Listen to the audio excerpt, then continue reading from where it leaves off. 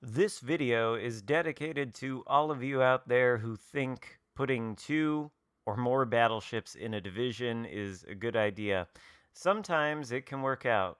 There's no doubt about that. You could take two battleships and maybe a destroyer into a division, and that's a fairly fine composition, provided you position the battleships correctly.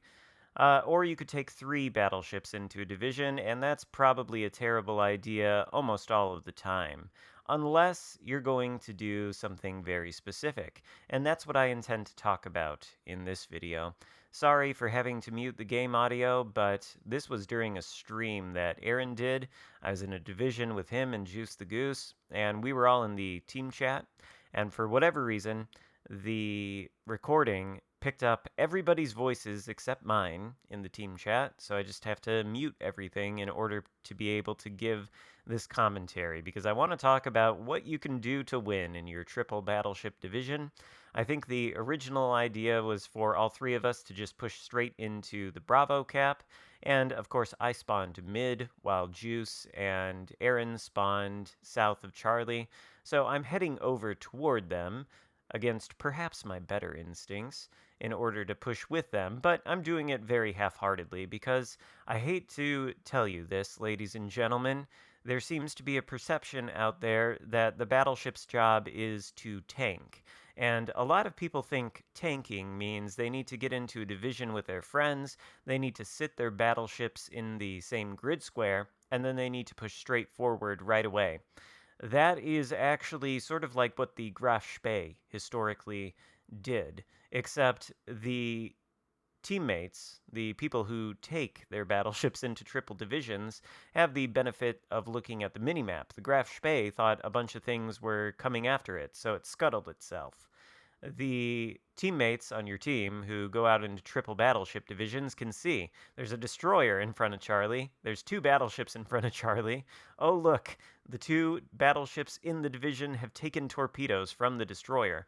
Of course, they did manage to take out the destroyer, good for them, but that's all they're going to do in this game. Unfortunately, they've got a Republic and a Pommern right in front of them, and now, suddenly, after eating a face full of torpedoes, they are on perilously low health.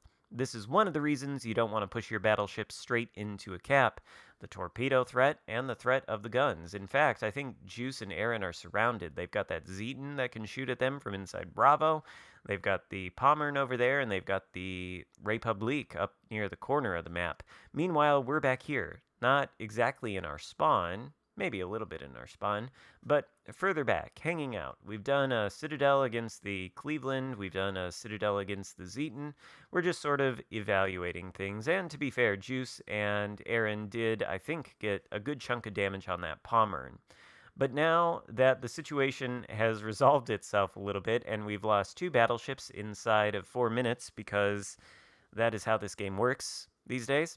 Well, now we are evaluating the situation and we're saying to ourselves, the Zeton is inside of the Bravo cap, just like Juice and Aaron were, and he looks like he's about to go down. And the Sovietsky Soyuz is sort of behind that island, so I don't think he can shoot at us. Which means if we move forward a little bit, we're just going to have the Pommern and the Republique to deal with. We know the destroyer is dead, because thankfully, Aaron and Juice sacrificed their ships in order to dispatch him, and this leaves this cap circle open for us to sort of push into. And now we're going to make our move. We're going to go behind this island. We're still being spotted somehow, but going behind the island breaks line of sight. The destroyer has laid a smoke screen, I think, for his own benefit, but it's also going to benefit us because the Pommern won't be able to see us through the smoke screen. And we see the Republique pushing forward. We know these guys are pushing in, so we're going to launch our torpedoes and we're going to turn out. There's one general rule of thumb that you can follow in your battleships, especially the German battle cruisers, which are not very heavily armored. You can look at the minimap. You can say, all right, how many ships are in front of me? There's one in the Pommern, two in the Republique. Okay, so we don't push into both of them because A, the Pommern has torpedoes, B, the Republique's guns are excellent, and C, both of them can overmatch us straight through the bow. So we don't push into them. We well, actually, no, the Pommern can't overmatch us through the bow, I don't think. I think we have 27 millimeter plating, and he has 15-inch guns. Republique can overmatch us, though, so we hang back. We shoot the Pommern in the broadside as he is concealed, or as we are concealed behind the smoke, and now it's just the Republique, but we're still not going to push straight into him. Why? Well, because of that Sovietsky Soyuz over there north of Bravo. We push straight into the Republique from this angle, we'll be in between him and the Soyuz, and we don't want to do that because then we'll be in a crossfire, potentially. I know the Sovietsky Soyuz would shoot at me if I did. So I'm turning around. We're trying to reevaluate the situation and sort of redirect our approach. We think that the Republique has gone behind the island and we can finish this turn. But unfortunately, we were mistaken. And this is sort of mistake number one that we ourselves are going to make in this game. We're now broadside to the Republique, who, instead of going behind that island, I think hit it and suddenly reversed. And, well, that's not great because he's just shot at us while we're broadside. Shells are going toward our guns, and they do manage to connect with our citadel, doing about 20,000 damage. Not great, but also not the end of the world. We'll be able to pop a heal, and we'll go dark as we hide behind the island once more. But the situation is changing. You see there, the Sovietsky Soyuz shoots at us. Exactly the reason I didn't push straight forward, because he would have done that, and then I would have had no cover. But we're dark now, and we're looking at the map. Sovietsky Soyuz has his bow pointed toward Bravo, and our destroyer is going to enter Bravo. He secured Charlie, so now he's going to try to go acquire the wind conditions. And what do you know? Sovietsky Soyuz is also pushing into Bravo, meaning that island is going to be between ourselves and the Soyuz. So this means we can probably push into the Republique and guarantee that we have a 1v1. Pretty much anything versus the Prinz Ruprecht in a 1v1 is going to lose. This ship just has so many tools going for it when it comes to brawling. It may not be the most heavily armored ship in the world, but it's got long-range, accurate secondaries with good penetration and good fire chance. It's got decent main guns, and of course it has torpedoes. The combination of all three of these things can be deadly, but because of the relative lack of armor, the thing really cannot stand up to more than one ship at a time, one battleship, that is, but the same is true of pretty much any battleship, no matter how heavily armored they are. You don't want to push your battleship into superior numbers if you can help it, because you will melt. There's a fine line between tanking and a fine line between scuttling your ship against the guns and torpedoes of the enemy. You want to look for opportunities to push in where you can be most effective, where you can maximize your effectiveness, and we've found one such opportunity. The window, though, is closing because we can see on the minimap another battleship has appeared sort of in the center. He's headed our way. As of right now, though, we are about as angled to him as we are to the Republique, so things are fine. We just need to make sure the Republique goes down. We're chunking him with our main guns. The secondaries are doing their work. We're going to launch some torpedoes, but he is on a perma-fire, and that perma-fire is lethal. He goes down. Maine is in front of us, and the Sovietsky Soyuz, who initially tried to push into Bravo, appears to have reversed. He now wants to come and try to get us. We've gone dark for the moment. We're going to get spotted now as the Maine gets into our detectability range. And, well, here's where we make another mistake. I kind of don't really want to turn against the Maine. I'm sort of stopped here. I probably should be going forward on the throttle and trying to turn more because as of right now, well, Sovietsky Soyuz is able to get a good shot into us and take us out. But that's okay because we've launched the torpedoes. He manages to avoid the first set, but the second set, well, not so much. And no offense to this particular Sovietsky Soyuz. I know he was watching the stream at the time, and he probably will be watching this video, but I did see him pulling the standard battleship maneuver, which is sit still, bow tank the enemy, and let the HE spammers farm you. I don't know if that's specifically what happened to the Sovietsky Soyuz, but he doesn't have his damage control parties anymore, and, well, I suspect that's because he's had to put out some HE spam, or maybe some torpedoes, or maybe he just pushed into the cap, and he's using Galler as one of his commanders, so he only has like a couple. I don't know.